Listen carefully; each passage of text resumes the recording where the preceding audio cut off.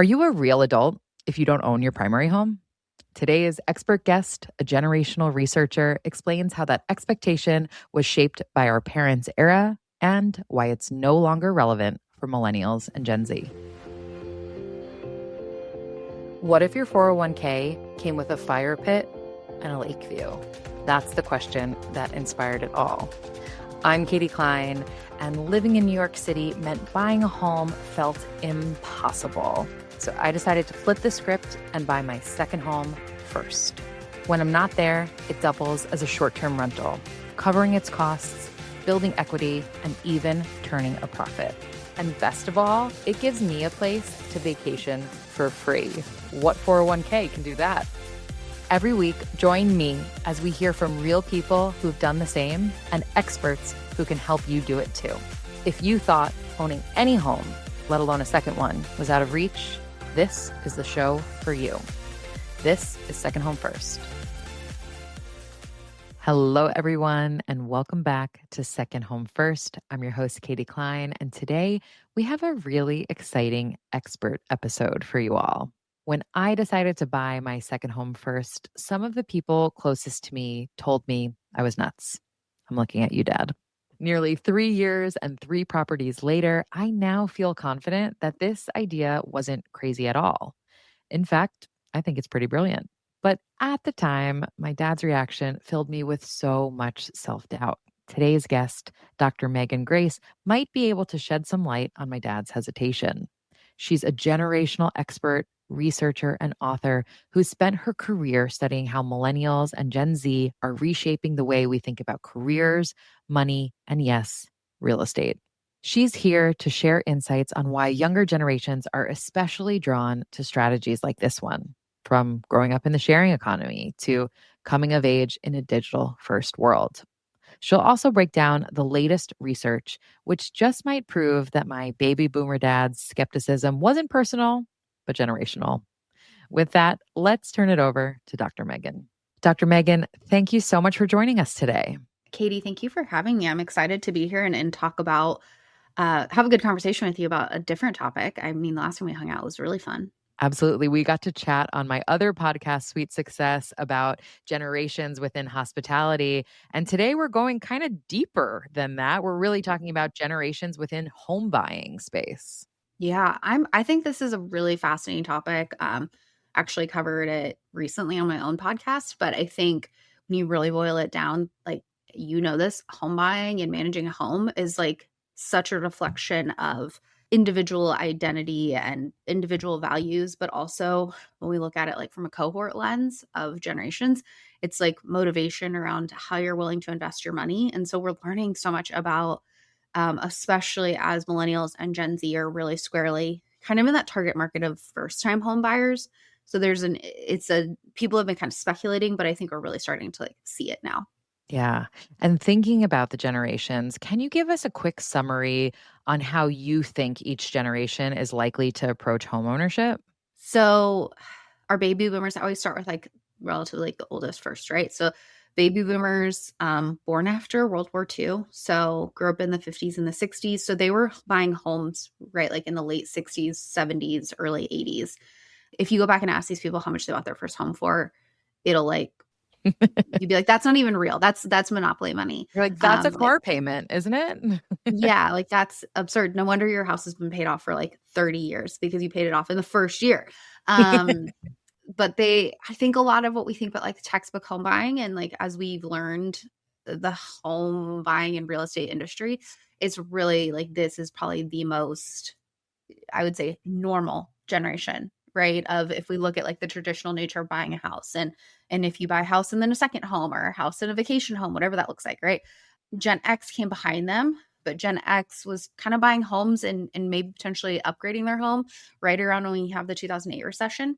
And so they were the most likely to be like impacted by foreclosure, impacted by just that whole thing and job loss, right? So like job loss, they might not have had their within the housing crisis around that time, but it could have been because of job loss or potentially stalled job success. They weren't buying houses to the same, like we'd consider like equivalent rate or equivalent level as their peers were.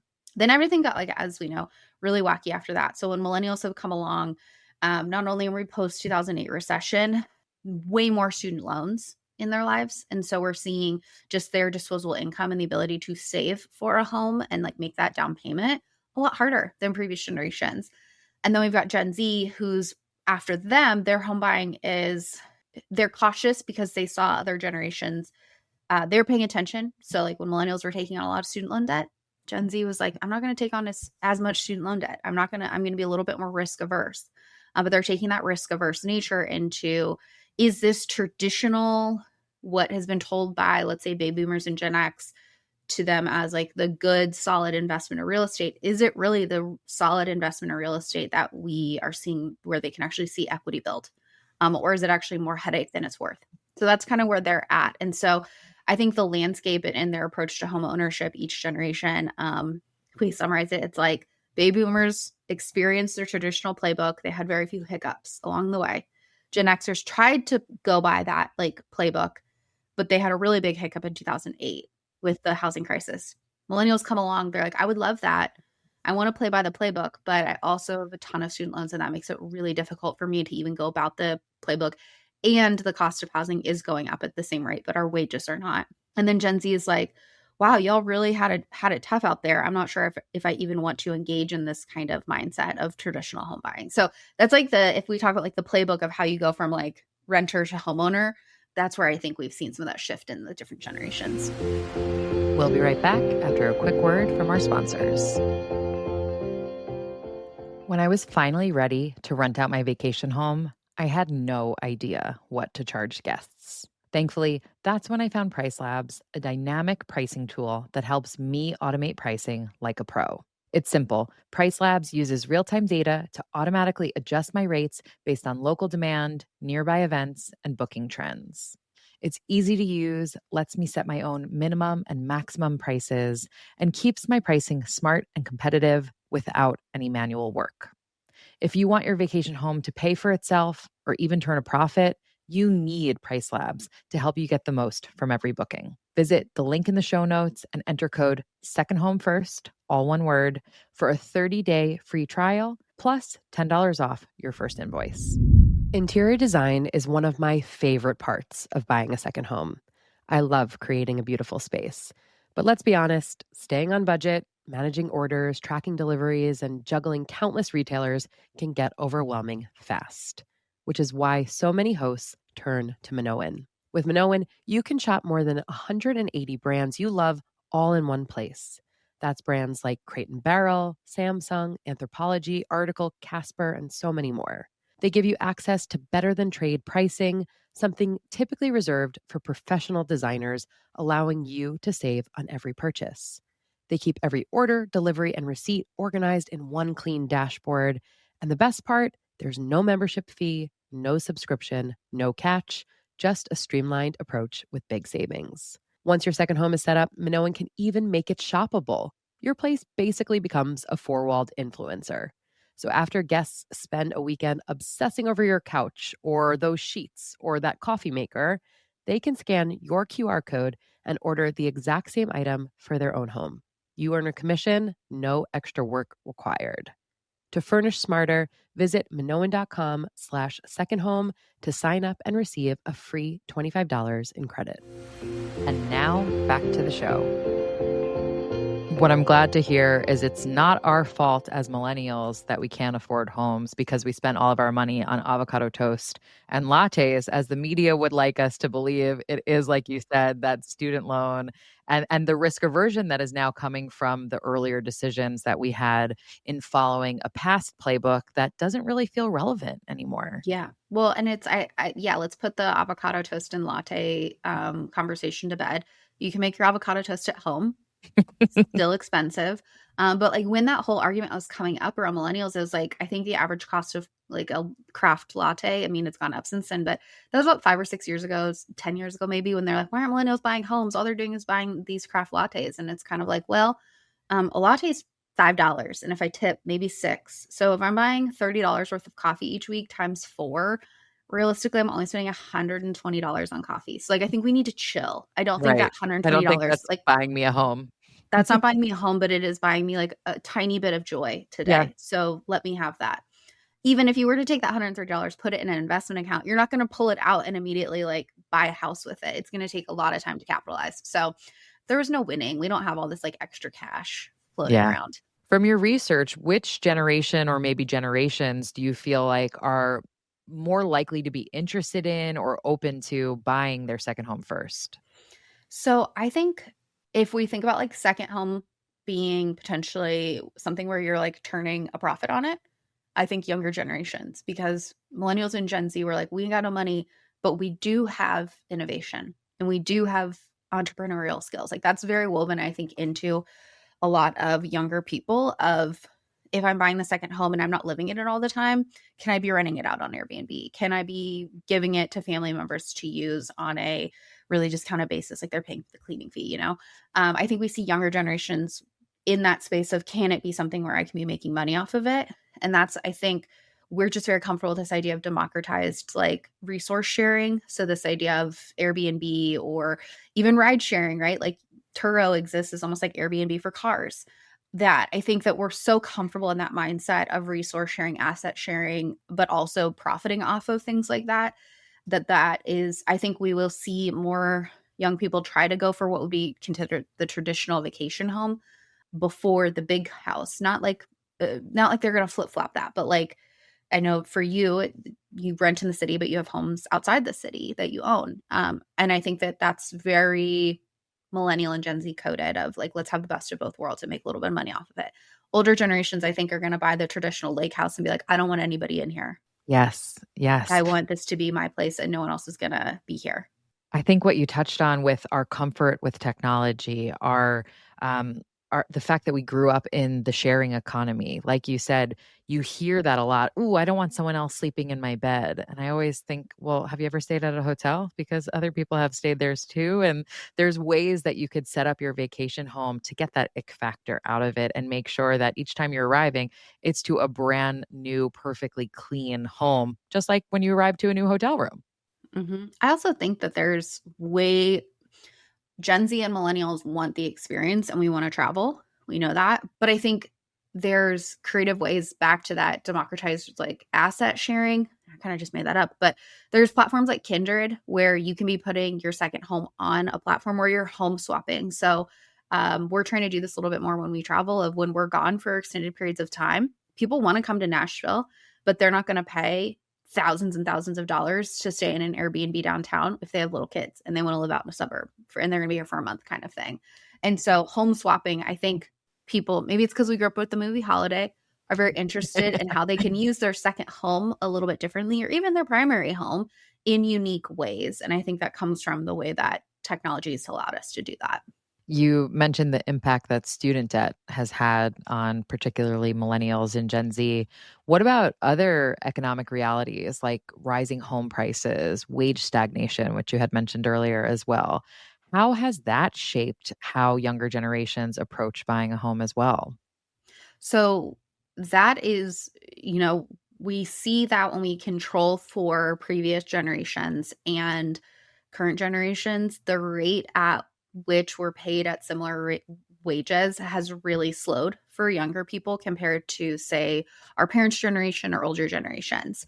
So their entry level job, they were making kind of more take home with houses that didn't cost as much. Like I consistently think about my in-laws, they are on 5 acres and the amount that they paid for 5 acres and their 4 bedroom home with a basement, it would make people's like their draw would just absolutely drop. And it's been paid off for decades, right? Good for them. We love that, but it's unimaginable. You can't even get a lot that size for that amount anymore. So there's the piece of it is that like it's like the secret got out that like real estate was a good investment. So everyone's jacking up the prices. People will also be like, but the interest rates were so much higher. And I'm like, but the amount that you were actually being charged interest on was much lower. It's So lower, yes and yeah. no. And that's where I think that there's that disconnect between older generations and younger generations who are mortgaging houses. And they're like, yes, but you bought your house at like $75,000 with a higher interest rate. I'm buying my house at $500,000 at half that interest rate. And so I'm technically paying more over time. We're paying more over time. And so the rate of job wages has just not kept up. at the same rate that housing costs have. And that's what we're going to run into a housing crisis. It's definitely present in some cities more, in some areas more than others. But with that, a lot of people are looking at it and saying, I can't get out of the student loan debt space. I'm relying on credit cards. How am I supposed to save up money to buy a house when like I can't even get ahead in like my everyday finances? Yeah. Yeah. Do you also see generational differences in how comfortable people are taking risks in real estate? You're mentioning certain people aren't even able to get out of the debt that they're first in, but there are other opportunities like unconventional financing, or like we talked about, turning a home into a short-term rental so that you're actually making money on it as well as being able to use it as well. Do you see younger generations being more open to those risks? Yes, more open to those risks because again, it's like we can go back to the playbook of like home buying designed for and by baby boomers. Gen Xers tried to play nice. They got around it, but were a little bit delayed after kind of like 2008 and that whole mess. Millennials were like, again, I would like to do that. And Gen Z is like, I'd like to do that, but I don't want to be financially like so wrecked by this. I think they're taking risks in real estate a little bit more than previous generations. Because the reality is like you're going to buy this house and you're going to be here for 30 years it doesn't align with where these younger generations are at. They might not even be working a job in that same city for 30 years. And so sometimes I think they think of the mindset of like, I'm going to buy this house and we might live here for 5 years. Or I might buy this house and I might move out and someone else might move in and I'm going to do a long-term rental. Or again, that unconventional financing. It's been really interesting to see younger generations buying homes. And, I just talked about this on my own podcast where younger people are buying homes, but they're renting out a portion of their house. Like we have an empty room that sits empty most of the time. We had a young man that rents it from us. He's gone most of the day, but it's helping us offset our mortgage, which is nice. And we have another person around. So like another person to talk to is always nice. But I think it also comes with generations today, younger generations are having kids later in life. So before it's like, I got to buy the house to have the kids, to give them the yard and the dog and all that kind of stuff. And younger generations are kind of like, well, do I need to buy the 4-bedroom home or can I just buy like a 2-bedroom townhouse and chill for a little bit and then maybe get the bigger house? And so not moving into that starter home right away. And some people are opting, and like my husband did this. We had good friends in town that did this, like started with a smaller 2-bedroom house and just to build the equity, knowing that we were in a good city where they're going to be able to resell it and upgrade their house along the way. So I think that it's the different mindset of like, you're going to buy this piece of property and you're going to live in it for 30 years. The life of its mortgage, I think that is completely gone with these younger generations. Yeah, that flexibility really resonates with me and is exactly why we ended up buying our second home first, because we were moving back to New York City and we said, I don't know if I even want to be here long term. I'm not sure if I'm even going to like living here now as a parent. Every time I had lived here before, I was not a parent yet. So having that flexibility to be able to say, I can rent and stay as long as I'm happy and I can leave when I'm not happy. And also, of course, the entry level price point in New York City is considerably higher than when you buy in vacation home destinations. But I agree. I think a lot of us now are looking for that flexibility. And I know for myself that term forever home gives me a bit of the heebie jeebies. And I think some other people might be feeling similarly.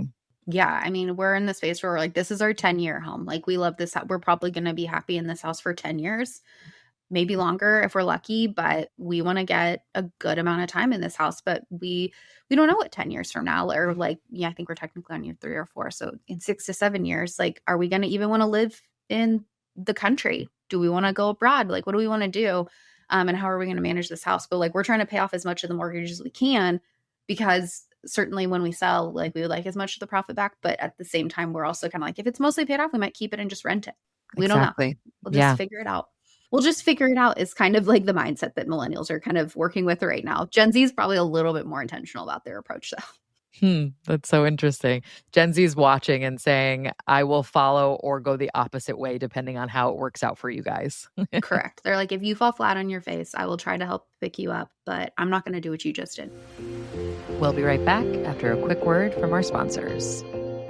If you're listening to the show, I know making memories with family and friends is super important to you. And that's why I'm excited to introduce you to Flightographer. Flightographer connects travelers with local photographers in more than 350 destinations around the world. But it's more than just a photo shoot. It's a way to capture meaningful memories and experience a place through a local's lens. When I look back on past Flytographer photo shoots I've done, I don't just see pictures, but special moments preserved. I remember the feeling of that day and the story behind every shot.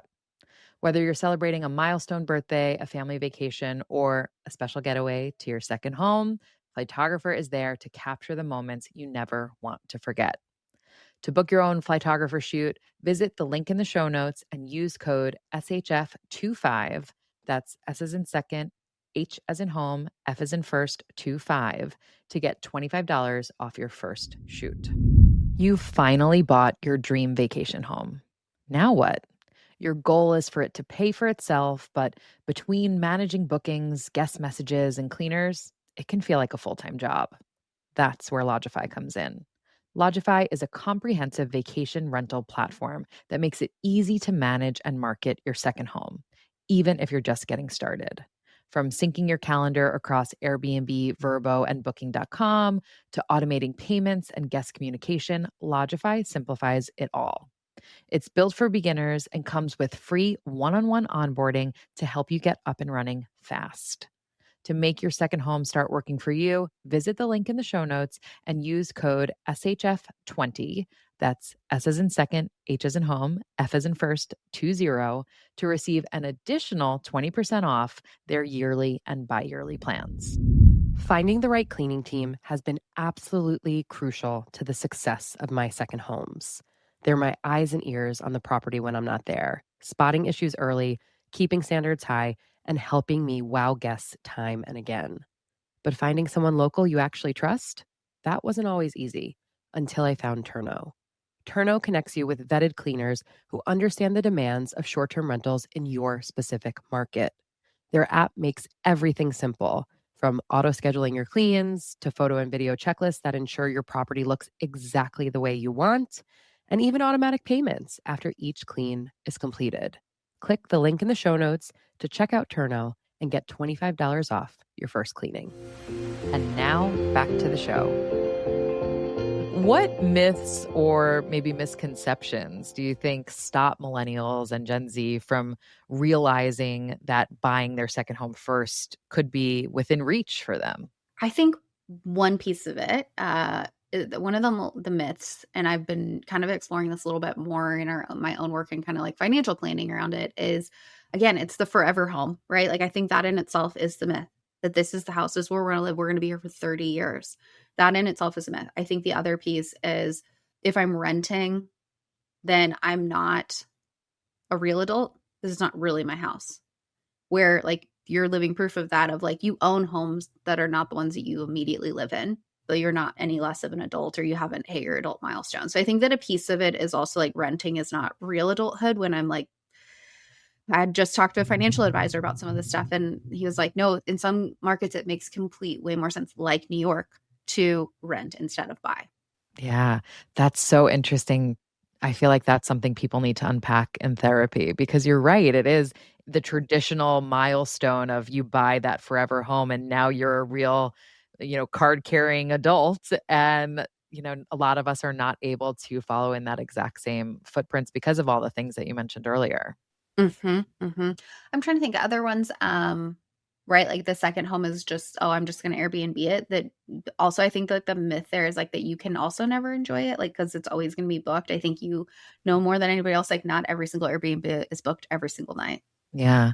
That you can still plan your vacation. You're not like, you're also allowed to decline requests. Like, so I think that might be one of where, well, if I'm going to get this and I'm just turning it into an Airbnb, I'm never going to enjoy it. And I'm like, well, if you can't enjoy it, then you're probably not hosting very well, because then someone else might not enjoy it if you're never there to actually experience it yourself. So I think there's some pieces of it where either people think like you are doing a few very set things with a real estate investment, right? You're either living in it, you're renting it out in a long term, or you're renting it out in a short term and it's just on Airbnb. But I think there is a little bit of mix of all of those things. And obviously, like, I'm not here to give advice on what you should do, but whatever your licensing and kind of your compliance in your area allows you to do, like, you're allowed to do whatever you want.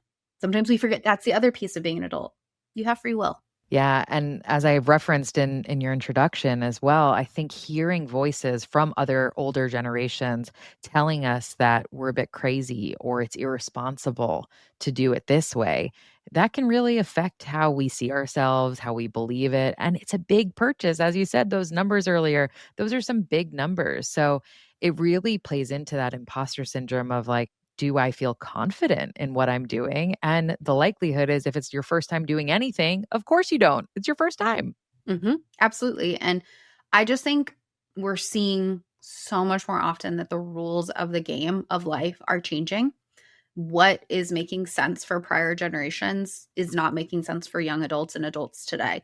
And that's called evolution. It's okay that things change. And each generation is going to experience a different world in every facet of it. Schools changed since the 1960s when our parents went to school. Thank goodness, right? Like some schools were not integrated at that point. Like I think that's a good thing. We didn't have some of the technology that we have today that allows people to navigate things like big financial decisions, like buying a home or investing and preparing for retirement in ways that previous generations didn't have. And so I think the rules are changing. They're changing really fast. And oftentimes I think younger generations look to older generations because they've done that lap before. But they're running on a different track in a different city, in entirely different weather is what it can feel like. And so I'm not saying don't listen to older generations, but you can see the balance between the two of like, hey, mom and dad, or hey, parents, guardians, whoever you seek your guidance from that's an older person. How was this when you were younger? And then you can also say, well, I'm also going to talk with some people that are my age that might have also done this because they're navigating the same economy, job market. Really, I would say that we're all kind of operating on a similar playbook around the same age, but that doesn't mean we can't listen to older generations and their experiences. If you had to pull out your crystal ball, do you think buying your second home first could become the norm in the future? Or do you think it will always be seen as a bit unconventional? I don't think it will be like the plurality where everyone's going to be buying their second home first. I do think that it will become much more common in a different type of status marker. So before, I think we will see more and more people with a situation like yours where like, I want to live in the city, but I'm not a bajillionaire, so I can't buy the beautiful brownstone in, the That'd be village. nice. We all would love to have that. I look at the Yeah. houses, I'm like, who are you? What do you have generational wealth? That's me every time I'm in the city. I'm like, you must have generational wealth. There's no other way. But I do think that there is this desire of maybe we can have it all. And so I think sometimes the second home first mindset does allow people to say like, maybe I can have the vacation home that I'm also earning a little bit of passive income from, while also enjoying the amenities of a city, a walkable city. Like that's a dream. Like we joke like the millennial dream is just an affordable, walkable city. So like, can I have both? And does having a second home to build the equity that we've been told is so important to have? Mm-hmm. Is that the way that we can go about it? Yeah. And that's my Dr. crystal ball. Meghan, thank you so much for joining us today. I always love hearing your insights. It's so valuable. Thank you for having me. Thanks for listening to Second Home First. If you liked what you heard today, be sure to sign up for my free weekly newsletter at buyyoursecondhomefirst.com, where I share the simple 4-step strategy to help you do the same. If you have a minute to subscribe, rate, or review the show, or even send a favorite episode to a friend, that would mean the absolute world to me. And if you want to be a guest on the show, have a question you want answered, or a topic you think I should cover, send me a note at hello@buyyoursecondhomefirst.com or on social media at buyyoursecondhomefirst. I personally read and respond to every single message. Once again, I'm your host, Katie Klein, and I can't wait to see you all again next week. The content shared on Second Home First is for educational and informational purposes only. Please consult a licensed financial advisor before making any investment or financial decisions.